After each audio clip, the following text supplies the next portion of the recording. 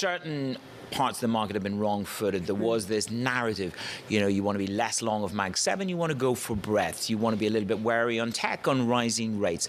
So some of these consensus phrases that we use all the time are being beaten, they're being beaten back. When you look at the earnings sheet, where am I going to see the strongest earnings growth?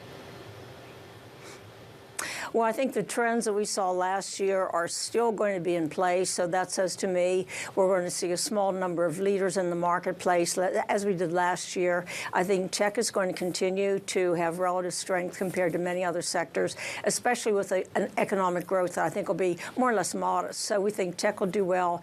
Certain industrials that have a lot of capital expenditure attachments, and maybe even healthcare might be near turning around from a bottom and doing a little better in the second half of the year.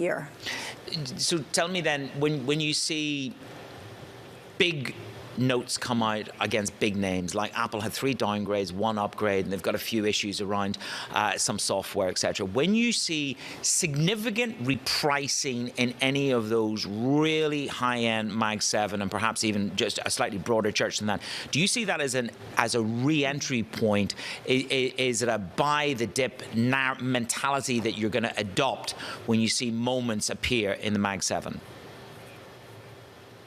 Well, I think really we may see those Magnificent 7 go their own way. And again, the reason they've been magnificent is they've had better earnings growth than most of the other sectors. And so if we see a particular company, say Apple, having more decelerated earnings, we may see them not really part of the group because they simply don't have the growth that the other, say, 6 still have. So it's really, I think, going to be fundamentals whether they still maintain their lead.